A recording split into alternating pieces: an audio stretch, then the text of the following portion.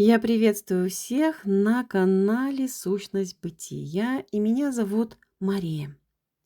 Сегодня мы с вами продолжаем мощную тему зеркал, которая так глубоко отозвалась в сердцах многих из вас.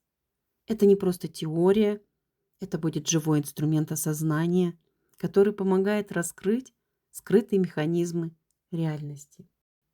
Ведь именно через энергии, вибрации, осознание зеркал мы можем увидеть настоящие причины наших эмоций, таких как страхов, обид, восхищений. Мы рождаемся в этом мире, чтобы иметь выбор, оставаться в кармических кругах или выйти в осознанное творение своей жизни. Почему мы снова поднимаем эту тему? После публикации, где я рассказываю о людях-зеркалах и о родовых зеркалах, ко мне поступили глубокие вопросы, требующие расширенного разбора. Мы не просто будем говорить о зеркалах, мы погрузимся в их суть, разберемся именно конкретно, точечно, на примерах, чтобы каждый из вас мог осознать, как это проявляется именно в вашей жизни. Какие вопросы мы разберем сегодня? Почему люди в нашей жизни– это наши зеркала? Как распознать, что именно тебя отражают? Женщина-лидер, контроль, страхи, невозможность спросить, как это проявляется в зеркалах. Родовые сценарии, как энергия рода, формируют наши зеркала и влияют на отношения. Как страхи проявляются через окружающих людей. Важно, мы не просто разбираем вопросы, а раскрываем механизмы работы зеркал через энергии, подсознание и тонкие планы. Здесь нет готовых решений, но есть осознание, которое дает свободу, когда мы видим, какие сигналы нам отправляет Вселенная. Мы можем выйти из кармических кругов и трансформировать страхи, обиды и ограничения. Настройтесь на глубокую работу. Когда вы понимаете, как энергии вокруг вас отражают ваше внутреннее состояние, вы получаете возможность переписать реальность. Почему люди в нашей жизни– это наши зеркала? Когда мы начинаем осознавать, что каждый человек, с которым мы сталкиваемся, является нашим зеркалом, мы открываем дверь к глубокой трансформации. И это не просто абстрактная идея, а реально работающая практика, которая затрагивает все уровни нашего существования, от энергии, вибрации до психологической структуры и подсознательных программ. Люди в нашей жизни показывают нам не только то, что мы думаем о них, но и то, что мы не осознаем о себе. Каждый контакт, каждый отрыв на чужое поведение– это не случайность, а важная подсказка, посланная нам. Когда мы начинаем воспринимать мир как энергетическое отражение, все меняется. Энергии, которые мы излучаем, точно так же возвращаются к нам через людей, ситуации и события. Если внутри нас есть негативные установки, неосознанные страхи или наши эмоции, окружающие нас люди становятся теми, кто зеркалит нам эти внутренние блоки. Мы видим в них то, что не хотим видеть в себе. И именно это вызывает сильные эмоции, такие как гнев, раздражение, зависть, обида или страх.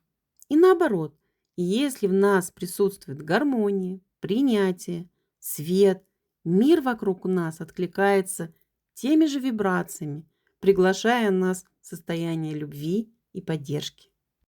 Это глубокий закон энергетической взаимосвязи, который подчиняется принципам резонанса. Все, что мы излучаем, к нам возвращается.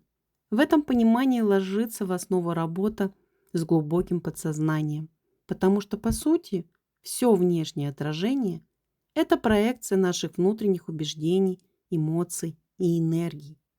Когда мы начинаем понимать, прорабатывать эти убеждения, зеркала внешнего мира начинают изменяться.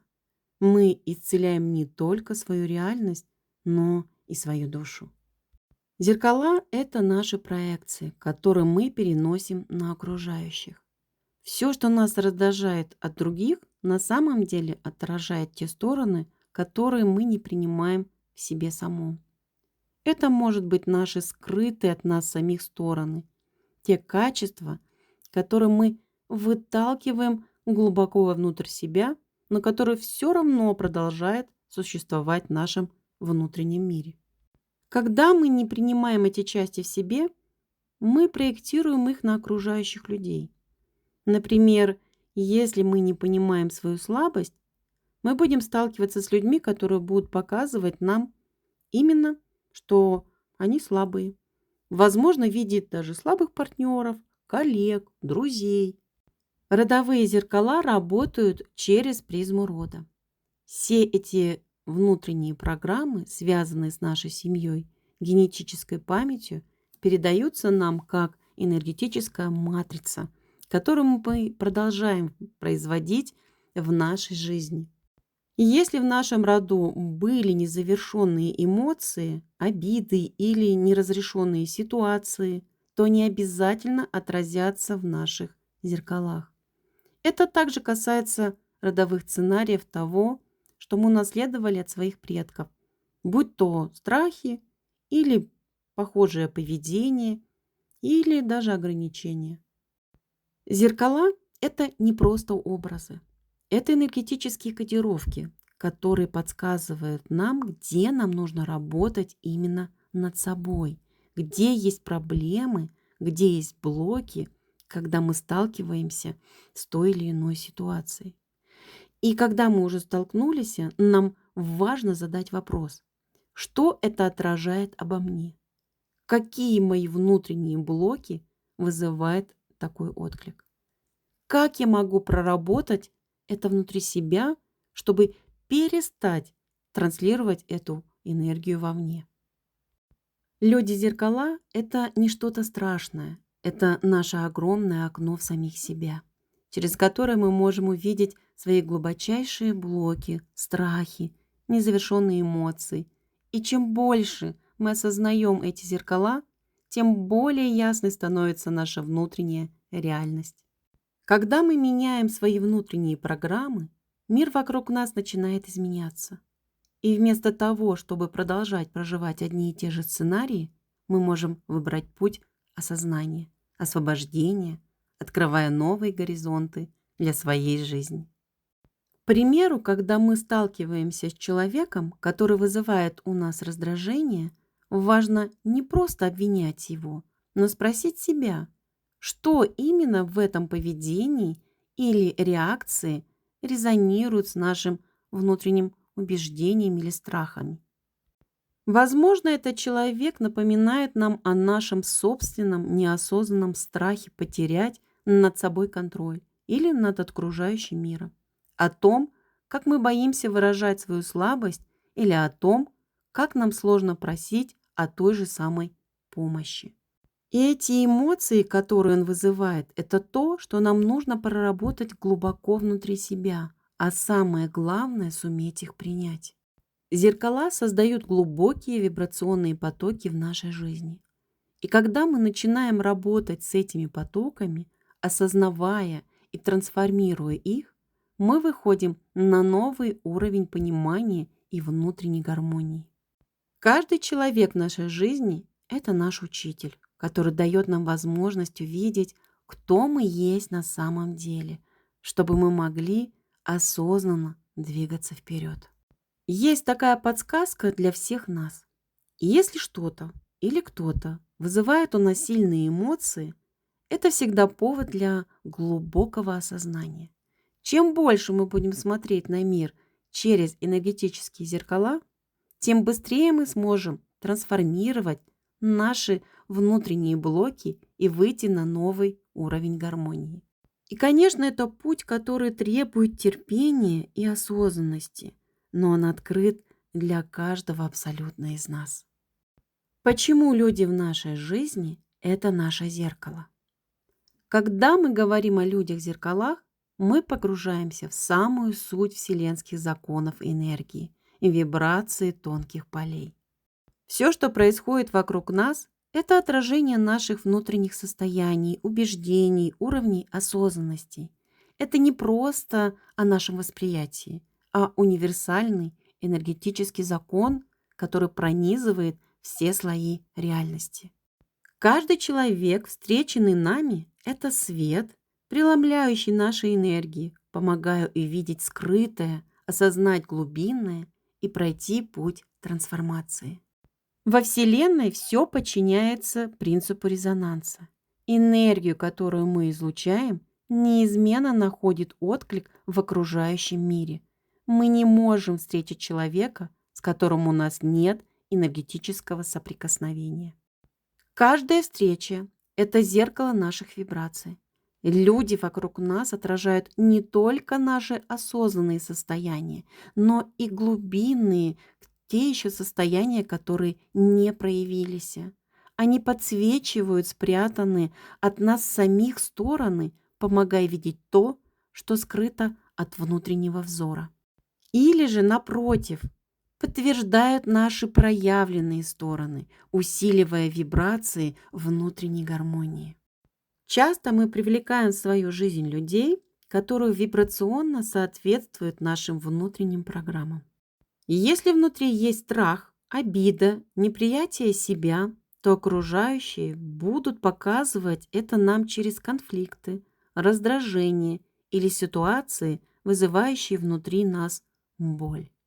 И наоборот, когда внутри много принятия, любви и баланса, то вокруг начинает отражать поддержку, радость и глубокие связи. Работа с зеркалами строится на глубоком осознании того, что внешний мир– это проекция наших внутренних состояний. Все, с чем мы сталкиваемся, не случайно. Каждая встреча, каждая эмоция– это отражение наших вибраций, урок, который помогает душе расти. Люди, вызывающие в нас сильные реакции, будь то раздражение, восторг, боль, словно подсвечивают те уголки нашей внутренней реальности, которые требуют внимания, осознания и трансформации. Когда мы говорим о вибрации, мы говорим не просто о каком-то таинственном энергетическом явлении. Вибрация– это наш внутренний выбор. Это то, с какой эмоцией, с каким состоянием мы встречаем окружающий мир. Все, что мы чувствуем, раздражение, радость, боль, восторг, все это определяет наши вибрационные потоки. Но важно не просто осознавать свои реакции, а видеть глубже, куда ведет этот отклик. Перехватываю ли я этот импульс внутри или позволяю ему закрепиться, превращаясь в привычный сценарий? Ведь именно в этот момент происходит развилка. Сохранить разрушительную вибрацию и усилить ее, или осознать, что этот процесс начинается внутри, и сделать новый выбор. Выбрать осознанность, трансформацию, выход из круга повторяющихся реакций. Когда мы встречаем людей, которые вызывают у нас сильные эмоции, это не случайно. Мир словно раскрывает перед нами зеркало, отражающие те грани нас самих, которые мы еще не осознали. Часто то, что нас задевает или вызывает сопротивление в других, это скрытые части нас самих. Те, что мы подавляем, боимся принять или не осознаем. Если нас тревожит чужая жесткость, возможно, внутри мы не разрешаем себе проявлять силу. И если нас раздражает безразличие, возможно, мы сами когда-то отдалились от своих чувств. И если слабость других вызывает отторжение, возможно, мы не даем себе права на уязвимость. Все, что мы видим во внешнем мире, это не просто случайные взаимодействия, а тонкая энергетическая связь, которая указывает нам, где находится наша точка роста. Люди вокруг нас– это постоянная обратная связь со Вселенной. Чудесно они помогают нам увидеть наши истинные вибрации, подсознательные программы уровня осознанности. Вопрос не в том, почему они ведут себя так, а в том, что это поведение подсвечивает в нас. Осознание этого дает свободу. Мы можем выбирать продолжать реагировать на старые сценарии или изменить свою внутреннюю настройку. Эти зеркала– это мощный инструмент энергетической трансформации. Они отражают нам те вибрации, которые мы излучаем в мир, помогая видеть, где наша энергия застряла в старых сценариях. Где глубже осознание, тем меньше мы сталкиваемся с болезненными отражениями, ведь мы перестаем подпитывать их своей внутренней энергией. Если какая-то ситуация вызывает в нас сильный эмоциональный отклик, это не случайность, а приглашение Вселенной заглянуть внутрь себя. Это знак, что определенные энергии еще требуют гармонизации, а осознание дает возможность исцелить их поток, выровнять свои внутренние частоты и выйти на новый уровень баланса. Когда внутри бушует энергия разрушения, в первую очередь разрушаем себя на тонком плане, а затем и на физическом, что со временем может проявиться в теле через болезни и напряжение. Осознание этого дает нам ключ к внутреннему исцелению. Когда в жизни происходят ситуации, которые вызывают у нас сильные эмоции, будь то раздражение, восторг, обида или восхищение, это не просто случайность. Вселенная всегда дает нам сигналы через окружающий мир. И если что-то происходит мимо и не задевает, значит, это не твоя энергия. А если что-то цепляет, вызывает отклик внутри, это уже знак. Это отражение того, что скрыто глубоко внутри и ждет твоего осознания или раскрытия. Какие-то ситуации повторяются снова и снова. И если в разных отношениях с разными людьми всплывают похожие проблемы, значит, это не просто внешний мир, а зеркало, в котором проявляется то, что требует своего внимания. Мир словно шепотом, иногда и громко говорит: «Посмотри сюда, здесь важный ключ к пониманию себя». Но зеркала– это не только трудности и уроки. Иногда они показывают то, что ты в себе еще не признал. Ты можешь восхищаться людьми, которые смелые, уверенные, яркие. Это тоже зеркало. Это не о том, что у тебя этого нету, а о том, что эти качества уже живут в тебе, но пока не раскрылись полностью. Даже тело может быть зеркалом. Если где-то появляется напряжение, усталость, если внутри что-то сопротивляется, это тоже отражение, которое подсказывает, что что-то где-то идет не так. Где требуется внимание, забота о себе. Важно не осуждать себя за то, что ты видишь в зеркале жизни, а видеть в этом подсказку. Это не ошибка, не наказание, это возможность понять себя глубже. Когда ты замечаешь эти отражения, у тебя появляется выбор: продолжать старый путь или осознанно изменять свое внутреннее состояние. Чем больше осознания, чем чище зеркало. Когда ты начинаешь воспринимать людей и ситуации не как случайности, а как послание Вселенной, жизнь становится не хаотичным течением, а осмысленным процессом, полным глубины, открытий и возможностей. Теперь мы с вами переходим к вопросу, который чаще всего задавали в комментариях. Женщина-лидер, контроль, страхи, невозможность просить, как это проявляется в зеркалах. Почему женщина не дает себе быть женщиной? Женщина, которая привыкла все держать под контролем, не позволяет себе просить о помощи и боится расслабиться, несет в себе глубинные родовые программы.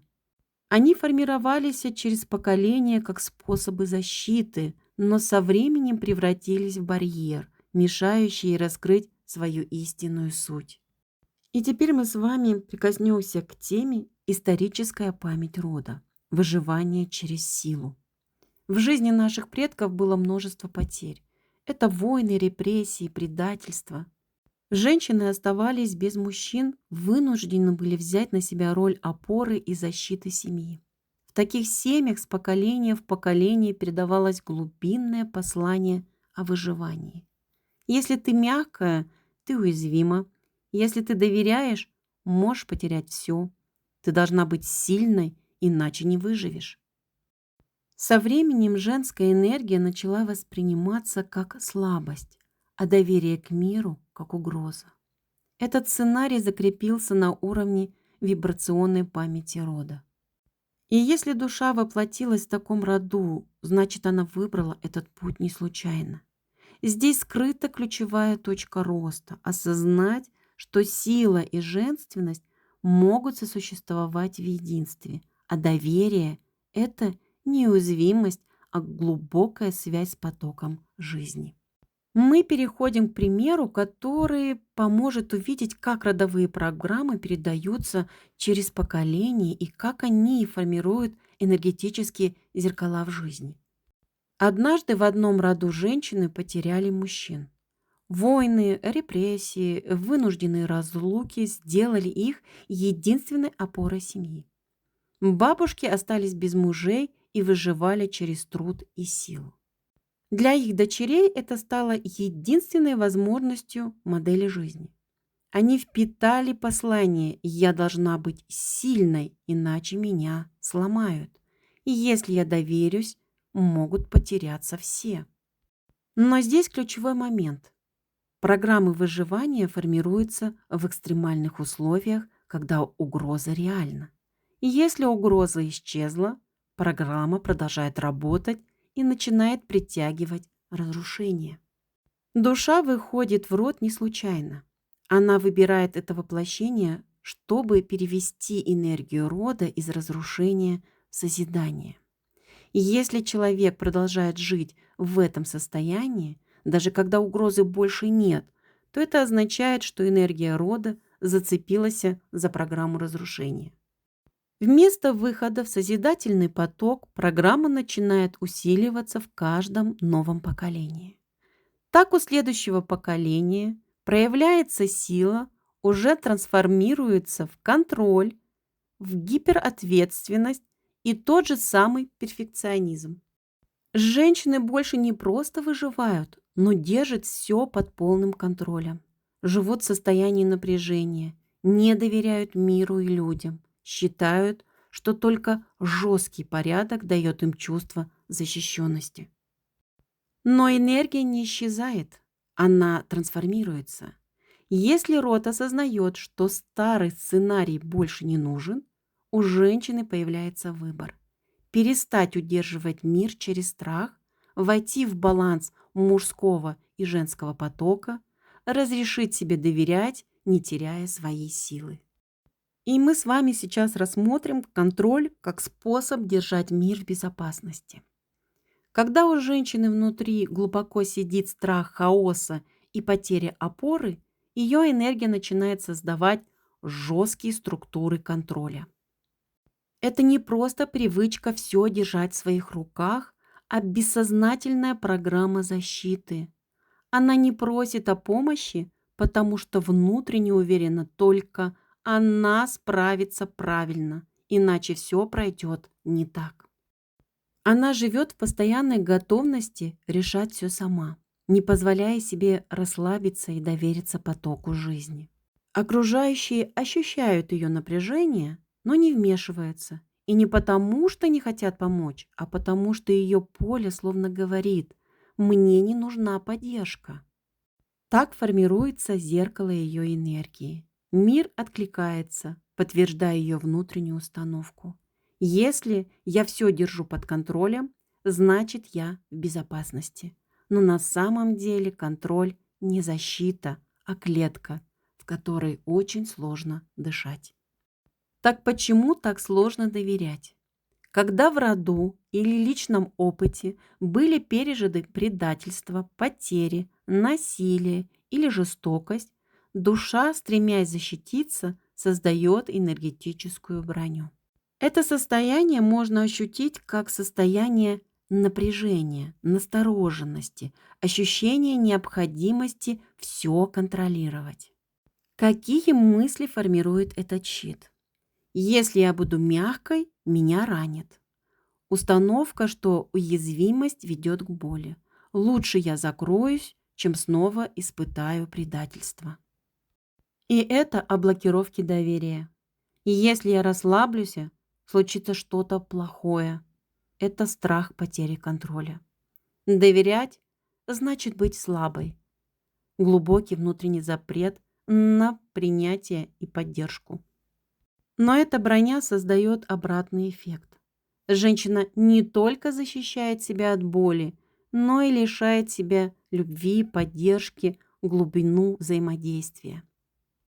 Она отталкивает людей, потому что бессознательно трансформирует сигнал. Не приближайся, я не пущу тебя в свое пространство, и я справлюсь сама. Мне не нужна помощь, ты меня разочаруешь, как и все остальные. Как прийти к внутренней трансформации в этом случае? Это быть осознанным. Прийти к пониманию, что броня больше не защищает, а ограничивает. Энергетический щит, который когда-то помогал выживать, больше не нужен в текущих обстоятельствах.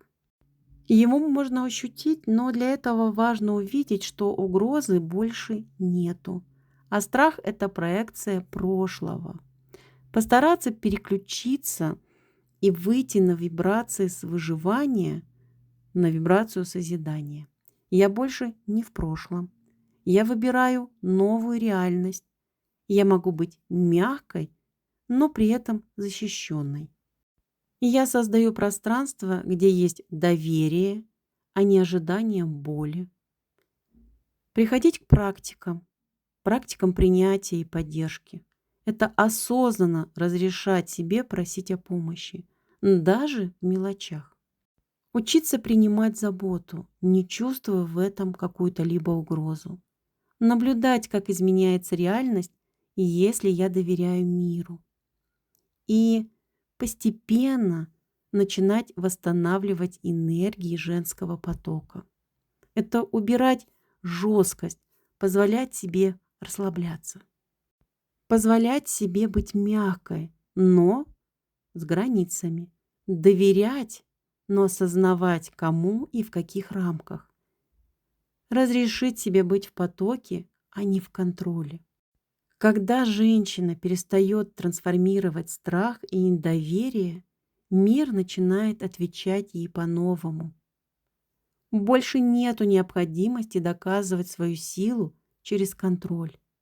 Осознание, что мир – это отражение ее вибрации, дает свободу изменить сценарий и перейти в состояние доверия и принятия. И мы с вами переходим еще к одному примеру энергетической брони, сформированную через боль. В детстве она столкнулась с сильным буллингом в школе, насмешками, предательством друзей. Каждое слово, каждый взгляд, наполненный осуждением, словно ранило ее сердце. Это привело к внутреннему решению. Я не покажу слабости. Никто не должен видеть, что мне больно. И если я позволю себе довериться, меня снова предадут. Лучше быть сильной и недоступной, чем вновь испытать ту боль. Став взрослой, она продолжает жить в этом сценарии. В отношениях она держит дистанцию, даже если партнер и искренне бы хотел помочь ей. На работе она старается все делать самостоятельно, не давая кому-то, потому что так надежнее. В общении с близкими она редко просит о помощи, ведь внутри звучит голос: «Никто не сможет меня понять по-настоящему». Как это проявляется на энергетическом уровне? Закрытая сердечная чакра – это страх быть уязвимым, ощущение эмоционального голода, напряжение в теле, зажатости в области груди, это горло, плечи, как будто все время приходится держать себя в руках. Дисбаланс в отношениях. Люди чувствуют ее эмоциональную недоступность, что создает тот самый замкнутый круг одиночества. И мы с вами возвращаемся, что мир– это зеркало. Люди вокруг начинают отражать ее недоверие. Партнер может становиться холодным, друзья отдаляются, коллеги также перестают помогать и предлагать какую-то помощь. Все это лишь подсветка внутреннего состояния. Путь к исцелению начинается с осознания. Признать, что этот щит, эта броня больше не нужна, а наоборот она изолирует. Понять, что не все люди причиняют боль. Есть те, кто готов поддержать. Разрешить себе делать маленькие шаги в сторону доверия. Начать просить о помощи. Говорить о своих эмоциях. Наблюдать за изменениями в жизни. Как она реагирует. Когда осознание происходит, то и сценарий начинает меняться. Броня постепенно растворяется, а вместо нее рождается состояние понимания, любви и поддержки. Но, конечно, это путь, очень глубокий путь. И мы с вами еще раз поговорим о блокировке женской энергии. Да? Почему это все-таки происходит? Повторим.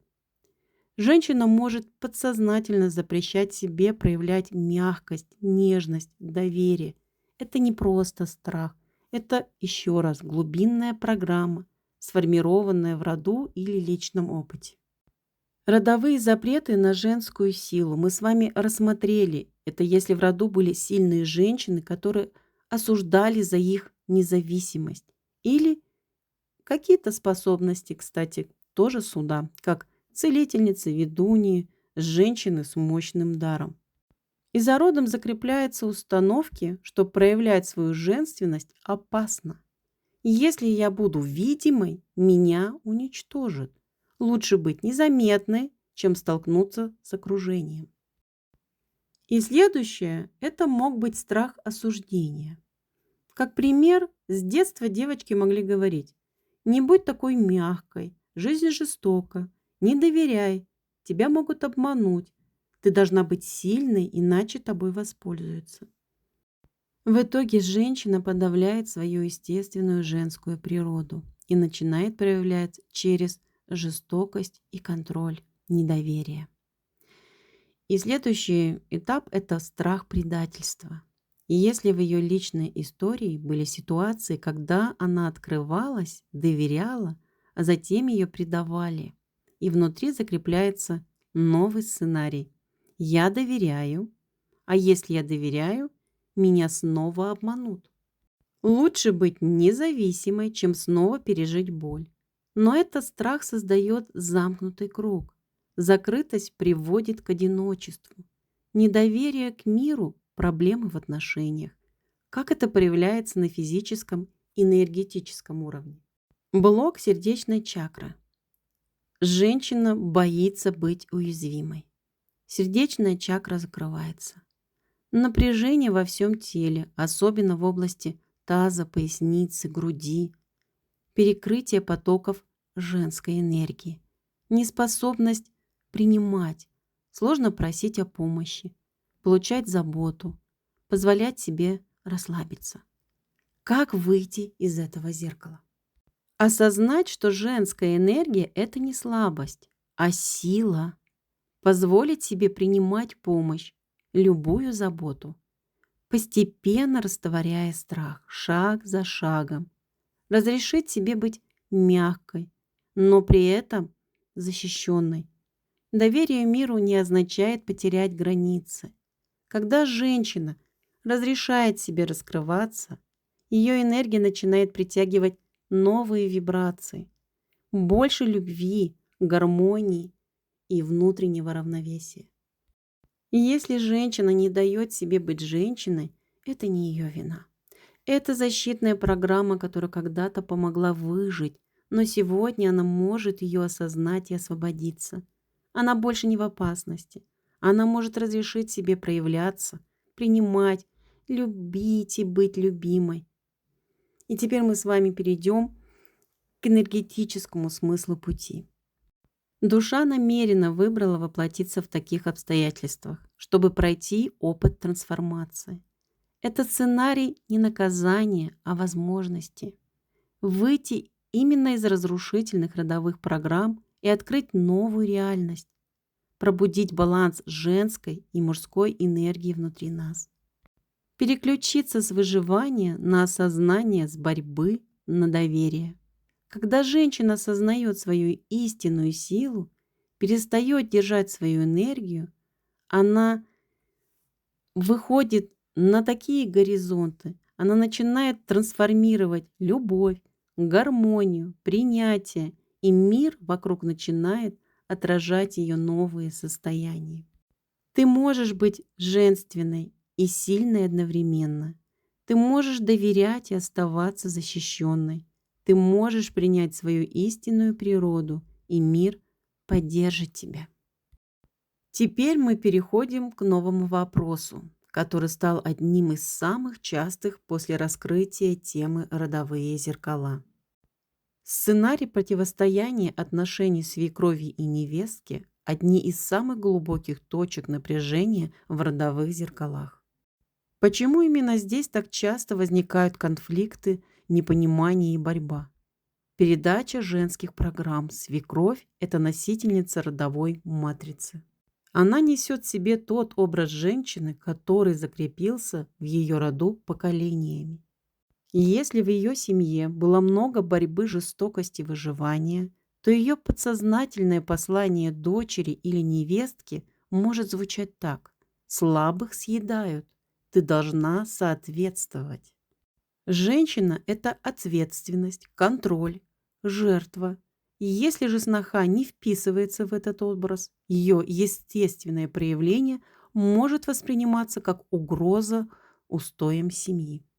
Свекровь может бессознательно пытаться исправить ее, направить, научить, как же правильно, даже если сама не сознает этого. И если у женщины были сложные отношения с собственной мамой, она может переносить эти разрушительные чувства на невестку, критикуя ее, не понимая или даже отвергая. Но и сноха тоже несет в себе зеркальные проекции. И если в ее опыте мама была авторитарной, холодной, критичной, она может бессознательно видеть свекровь и ее отражение и начать сопротивляться, еще не разобравшись в ситуации. Иногда материнская любовь трансформируется в страх одиночества. Свекровь, особенно если сын был для нее эмоциональной опорой, может воспринимать его жену как угрозу. Подсознательно она боится, что теперь ее роль уменьшится и в ней больше не будут нуждаться, как раньше. И этот страх, даже неосознаваемый, может выражаться в контроле, критике или вмешательстве. Но здесь важно понимать, что обе женщины, и свекровь, и сноха, являются зеркалами друг друга. Они показывают друг другу те места, где еще не исцелены отношения с женскими энергиями, с принятием себя, с доверием и внутренней гармонией. Как с этим работать? Осознание родовых зеркал – это только первый шаг. Но что же делать дальше? Первое – это понять, зачем тебе эта ситуация, если отношения со свекровью сложные. Это точно не случайно. Душа не просто так выбрала прийти именно в эту семью. Это зеркало показывает ключевой урок. Где я не умею ставить границы? Почему меня задевает ее поведение? Как я могу вырасти через эту ситуацию? Принять, что эта ситуация пришла не наказать, а научить. Это уже путь к исцелению. Второе. Определить свою задачу в этом зеркале. Зеркала бывают разными. Кто-то учится ставить границы и говорить «нет». Кто-то сознает, что в нем самом много жесткости и неприятия. Кто-то понимает, что все детство ждал любви от мамы, но не получил ее, и теперь этот сценарий повторяется. И если ты всю жизнь терпишь, значит пришло время проявить силу и поставить границы. Если ты борешься и доказываешь, значит пришло время увидеть свою мягкость и научиться договариваться.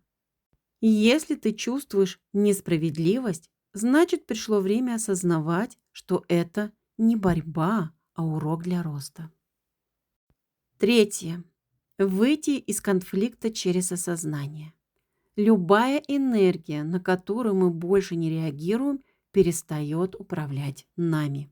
Если свекровь критикует, а внутри больше нет зацепки за эту критику, она теряет свою силу.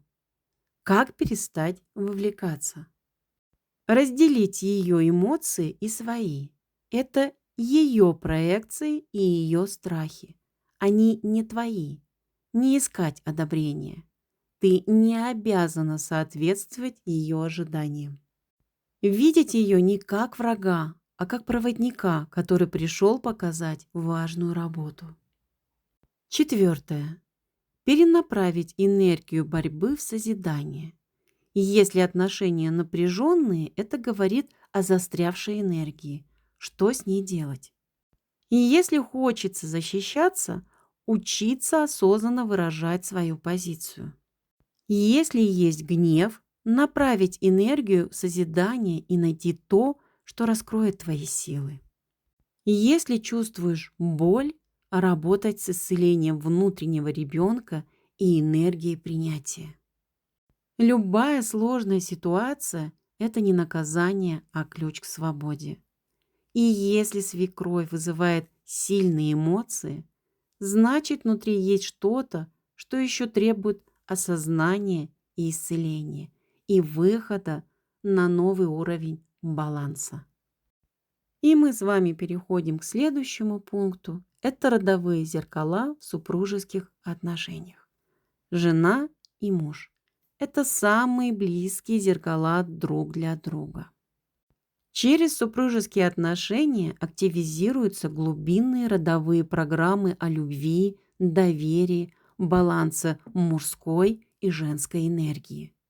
Все, что было заложено в роду, начинает проявляться в партнерстве. И если в роду закрепилось убеждение, что любовь – это боль, человек бессознательно будет притягивать отношения, где есть сложные эмоции, зависимость, борьба, страдания. Это может выражаться в страхе близости, постоянном ожидании предательства или невозможности построить гармоничный союз. Страх потери, предательства, страх одиночества. Если в роду были разводы, измены, внезапные разрывы, эта тревога передается на уровне подсознания. Но страх может быть вызван не только предательством, но и потерей близкого человека через смерть. И если кто-то в семье оставался один после ухода мужа, жены, подсознательно потомки могут бояться привязываться, чтобы не испытывать эту боль снова. Как результат, человек живет в страхе потери, даже если все хорошо. Проявляется ревность, гиперконтроль, недоверие, возникают сложности в отпускании и принятии естественного хода событий. И мы с вами переходим к следующей теме – это взаимодействие мужских и женских энергий, когда в роду женщины вынуждены были тянуть все на себе. Бессознательно формируется программа подавления мужской энергии. Женщина может не доверять мужчине, брать на себя все решения, не позволять себе быть в потоке принятия. Но и мужчина отражает женщине ее сценарии, а женщина – мужчине. И если мужчина закрывается, почему ему сложно доверять? И если он агрессивен, где он не принимает свою мягкость? И если он безинициативен, где в роду женщина вытесняла мужскую силу? Зеркало работает в обе стороны. Женщина видит в мужчине свои непринятые качества, а мужчина в женщине свои. Как же выйти из этих зеркал? Осознать, какие родовые сценарии транслируются через отношения. Признать, что прошлый опыт семьи не должен определять твою реальность. Гармонизировать взаимодействие мужских и женских энергий. Учиться доверию и открытости. Перестать бороться и начать взаимодействовать. Супружеские отношения – это мощнейшее зеркало рода. Они даны не для повторения старых сценариев, а для их исцеления. Через осознанность и внутреннюю работу можно перестроить родовую программу, создавая пространство любви, поддержки и гармонии. И мы с вами переходим к родовым зеркалам отношения с детьми. Дети – это чистейшие зеркала своих родителей. Они отражают не только их эмоции, но и глубинные родовые программы, подсвечивая непроработанные травмы, страхи и убеждения. Через поведение ребенка можно увидеть, что скрыто глубоко в каждом родителе, и даже понять, какие энергии продолжают передаваться из поколения в поколение. И если отец сталкивался с жестокостью, он может быть строгим или эмоционально закрытым. И если в детстве не было права на эмоции, родители могут не понимать чувства своего ребенка. И безосознанно эти сценарии передаются дальше, формируя цепочку повторений. Когда родители подавляют свои эмоции, дети начинают проявлять их за них. Это тревожность, если в семье много страха. И ребенок может стать гиперчувствительным и неуверенным. Агрессия, если родители подавляли злость, ребенок может бессознательно взять ее на себя. Закрытость. И если в семье не принято выражать чувства, ребенок может замкнуться глубоко в себе. Ребенок словно зеркало показывает взрослым, что внутри них самих нуждается в осознании и исцелении. Дети не просто отражают личные программы родителей, они интуитивно перенимают и родовые сценарии. И если в роду было убеждение, что деньги достаются тяжело, ребенок может бессознательно избегать легкости в жизни. И если женщины в роду страдали в отношениях, дочь может неосознанно выбирать сложного партнера. И если мужчины не проявляли эмоции, сын может воспроизводить этот же сценарий. Родовые программы передаются на энергетическом уровне, и осознание этого уже огромный шаг к изменению. Как взаимодействовать с родовыми зеркалами детей? Осознавать, какие эмоции ребенок отражает от родителей. Разрешить себе исцелить старые травмы, чтобы не передавать их дальше. Создавать пространство принятия честности в отношениях с детьми. Видеть в ребенке не проблему, а проводника к внутреннему исцелению. Дети не только отражают родовые сценарии, но и сами выбирают этот род для прохождения своего опыта. Их душа намеренно приходит в эти условия, чтобы прожить, осознать и трансформировать определенные энергии. В процессе взросления у них есть выбор: повторить родовую программу или выйти на новый уровень осознанности. Через любовь, принятие, осознание можно переписать родовые сценарии, создавая пространство для гармоничных отношений и нового потока энергий. Так как же осознать и выйти из родовых сценариев? Осознание как первый шаг понимания того, что происходит в событии не случайно, а зеркала наших внутренних программ. Это первый шаг к изменениям. Мы привыкли воспринимать конфликты, разногласия и сложности как что-то внешнее и не связанное с нами.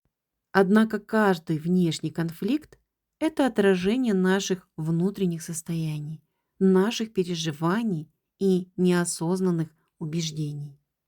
Как только мы начинаем осознавать, что каждый человек, каждая ситуация отражает наш внутренний мир нашей энергии, мы получаем возможность не обвинять внешний мир, а взглянуть вовнутрь себя. Мы начинаем задавать себе важный вопрос: почему я привлек или привлекла этот конфликт? Почему этот человек так влияет на меня? Что это говорит о моих страхах или ограничениях? Пример. Если женщина сталкивается с сильной ревностью или недоверием в отношениях с партнером, и часто это повторяется с разными партнерами. Возможно, в ее роду есть программа, передающаяся недоверием или страхом предательства. Через такой конфликт она получает возможность осознать, где в ее жизни она не доверяет себе или своему партнеру. Родовые сценарии передаются через энергетические потоки. Важно понять, что через нас идет энергия не только нашего собственного опыта, но и опыта наших предков. Эта энергия может быть как созидательной, так и разрушительной. Она остается с нами, пока мы не осознаем ее влияние и не примем решение трансформировать ее.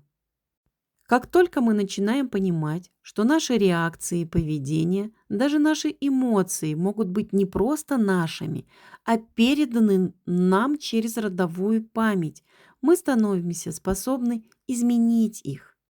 Освобождаясь от этих сценариев, мы начинаем выбирать, что и как хотим проявлять в своей жизни. Как только мы осознаем влияние родовых программ, наступает следующий шаг. Это отпустить старые убеждения. Родовые сценарии, созданные на основе боли, страха, потери, не имеют больше силы, если мы решили прекратить их передачу.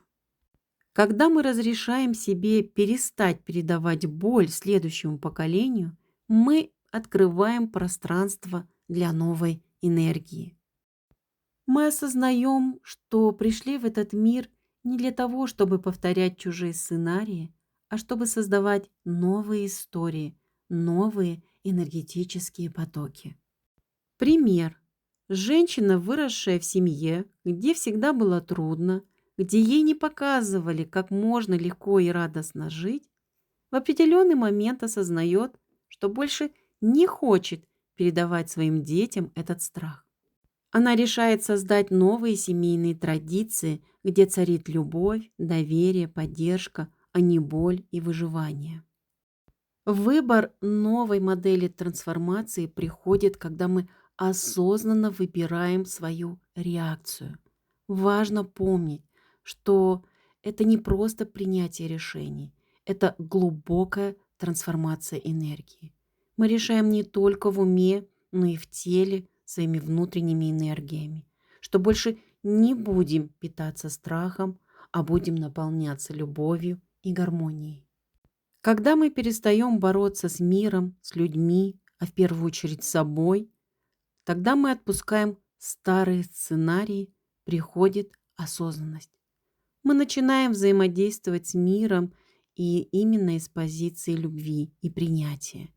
Это не означает, что мы должны соглашаться с чужими нарушением границ или с плохими ситуациями, которые заставляют нас страдать. Это означает, что мы учимся выбирать осознанные реакции, управлять своими эмоциями, а не бороться с ними. Пример. Если женщина в отношениях с мужчиной всегда чувствовала необходимость бороться за внимание и любовь, она может осознать, что эта борьба всего лишь отражение собственного страха быть оставленной или ненужной. Прекратив борьбу, она начинает показывать свою истинную силу через спокойствие, уверенность и принятие. Это меняет динамику в отношениях. Когда мы начинаем понимать, что люди вокруг нас – это наши зеркала, собственные программы, мы начинаем снимать претензии и обвинения. Мы перестаем искать во внешнем мире то, что не можем найти внутри себя, и начинаем принимать ситуацию такой, какая она есть, без желания изменить или исправить других людей. В этом процессе мы получаем свободу и возможность для настоящей трансформации. Выход из родовых сценариев– это путь осознания, выбора и трансформации. Как только мы осознаем, что каждый конфликт, каждая боль– это отражение наших внутренних программ, мы начинаем осознавать, что можем выбрать новую реальность, в которой мы перестаем бороться и начинаем создавать. Мы становимся не жертвами обстоятельств, а активными творцами своей жизни, принимающим себя и свои родовые энергии в их целостности. Родовые зеркала– это не наказание, а возможность осознать и исцелить глубинные программы, которые передаются из поколения в поколение. Это шанс выйти из старых сценариев и выбрать новую энергию, которая будет служить не только нам, но и всему нашему роду. Осознанный человек способен разорвать замкнутый круг, перенастроить вибрации рода на любовь, гармонию и уважение. Эти изменения начинают распространяться как круги на воде, влияя не только на нас, но и на наших детей, внуков и все последующие поколения. Мы не просто принимаем наследие рода, мы становимся творцами его нового потока. И когда у нас больше нет борьбы, а есть осознание и любовь, мы создаем для себя и своих потомков реальность, наполненную светом, доверием и внутренней свободой. И мы переходим к последнему вопросу, как страхи проявляются через окружающих людей. Страхи– это не просто эмоции, а энергетические импульсы, формирующие нашу реальность. Они словно частоты, которые мы транслируем в окружающий мир, а этот мир начинает отвечать нам теми же вибрациями. Мы не просто чувствуем страх внутри, мы его излучаем, а Вселенная, словно живое зеркало, возвращает нам его в виде ситуаций, людей и обстоятельств. Но как именно страхи начинают управлять нашими взаимодействиями с людьми? Давайте разбираться вместе. Как же страхи формируют наши отношения? Если внутри живет глубинный страх, он будет проецироваться на окружение и проявляться через реакции других людей. Мир подстраивается под наши вибрации. Чем сильнее страх, тем больше ситуаций, которые его притягивают. Чем глубже тревога, тем больше знаков, которые кажутся подтверждением ее обоснованности. Чем больше мы чего-то боимся, тем чаще сталкиваемся с этим в реальности. В итоге страхи становятся самореализующимися пророчествами. Мы ждем предательства, оно случается. Боимся осуждения, притягиваем критику. Боимся потери, формируем сценарии расставания. Давайте прикоснемся к самым распространенным страхам, которые управляют нашей жизнью, и как они проявляются через окружающих. Страх потери. Как проявляется? Этот страх ведет к чрезмерному контролю, привязанности и ревности. Человек начинает держаться за отношения из страха, что его покинут, даже если связь уже перестала быть гармоничной. Какие зеркала он создает? Партнер становится отстраненным, потому что чувствует давление. Люди начинают избегать общения, чувствуя эмоциональную зависимость. Жизнь создает ситуации, в которых приходится снова и снова переживать расставание. Пример. Женщина боится, что муж ее бросит, потому что в ее роду были разводы. Она контролирует его, подозревает, проверяет, ограничивает.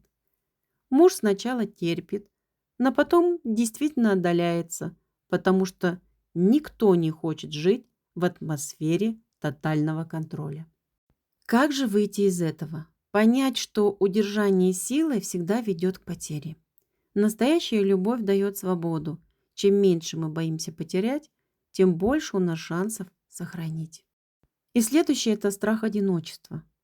Как он проявляется? Это страх формирует зависимости от людей, страх быть ненужным, стремление понравиться любой ценой. Человек терпит любые связи, лишь бы не оставаться один. Какие же зеркала создаются? Притягиваются партнеры, которые эмоционально недоступны. В отношениях человек позволяет себя использовать, боясь разрыва. Друзья, которые рядом не из искренности, а из выгоды. И пример. Человек терпит унизительное отношение с другим в отношениях, потому что боится одиночества. Его партнер это чувствует и начинает еще больше пользоваться этим страхом, обесценивая, отдаляясь, но не отпуская. Как выйти из этого? Понять, что одиночество – это вовсе не наказание, а возможность узнать себя. Если человек ценит себя, его начинают ценить и окружающие. И следующий страх – это страх слабости. И как же он проявляется? Этот страх заставляет людей скрывать свою уязвимость, прятаться за масками, становиться жестким, сильным, контролировать все вокруг. Человек боится просить о помощи, потому что считает это слабостью. Какие зеркала он создает? Окружающий начинает воспринимать его как стального человека и не предлагают поддержку. В жизни возникают ситуации, в которых ему приходится все делать самому. Вместо близости в отношениях – дистанция и постоянная борьба. И мы с вами опять на том же примере. Женщина привыкла справляться совсем сама, потому что в ее роду женщины были сильными и независимыми. Но внутри она мечтает, чтобы о ней заботились. Однако ее партнер не делает этого, потому что он привык, что она всегда сама со всем справляется. Как выйти из этого? Понять, что сила и мягкость могут сосуществовать вместе.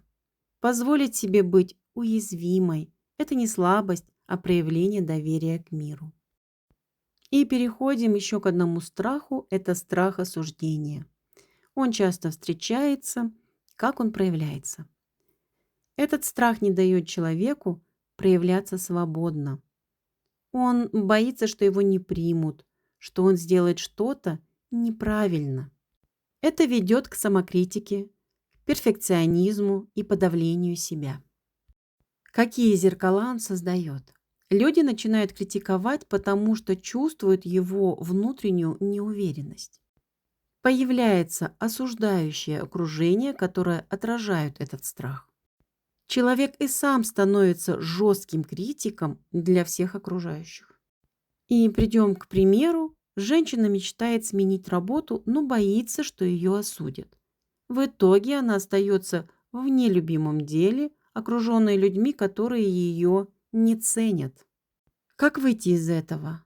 Понять, что невозможно понравиться всем. Истинная свобода – это позволить себе быть собой, независимо от мнения окружающих. Как же страхи управляют нашей реальностью? Страхи – это вибрации, которые пронизывают все сферы жизни. Они формируют наши отношения, нашу самооценку, наши выборы. Но самое важное – мы можем изменить этот сценарий. И первый шаг – это осознание. Понять, что страхи – это не объективная реальность, а проекция нашего внутреннего состояния. Второй шаг – это осознанная работа с энергиями. Каждый раз, когда страх активируется, нужно задавать себе вопрос. Это действительно реальность или мой внутренний сценарий? И третий шаг – это сменить фокус. Вместо того, чтобы бояться, нужно научиться доверять. Вместо того, чтобы закрываться, открываться миру. Когда человек меняет свои вибрации, мир перестает отражать страхи и начинает показывать поддержку, любовь и гармонию. Мы не жертвы своих страхов, мы их создатели. Это значит, что у вас есть сила изменить их. А какие страхи ты готов отпустить прямо сейчас? Я благодарю всех вас за то, что вы были здесь, в этом пространстве осознания, глубины и трансформации. Мы прошли с вами путь через отражение наших страхов, увидели, как они проявляются в отношениях, в нашей реальности, в том, что нас окружает. Это не просто информация, это энергия, которая уже начала двигаться внутри вас, запуская новые осознания. Но помните, страхи — это не приговор, а портал в глубину себя. Зеркала — не враги, а мудрые наставники. Мы можем либо повторять старые сценарии, либо осознанно создавать новые. И самое важное, у каждого из нас есть выбор. Благодарю каждого, кто слушал, чувствовал, осознавал вместе со мной. И если вам отозвалось, делитесь в комментариях своими открытиями. Какими страхами вы готовы попрощаться? Какие зеркала показали вам новый путь? И помните, чем больше света внутри нас, тем больше света отражает мир. До встречи в новых осознаниях.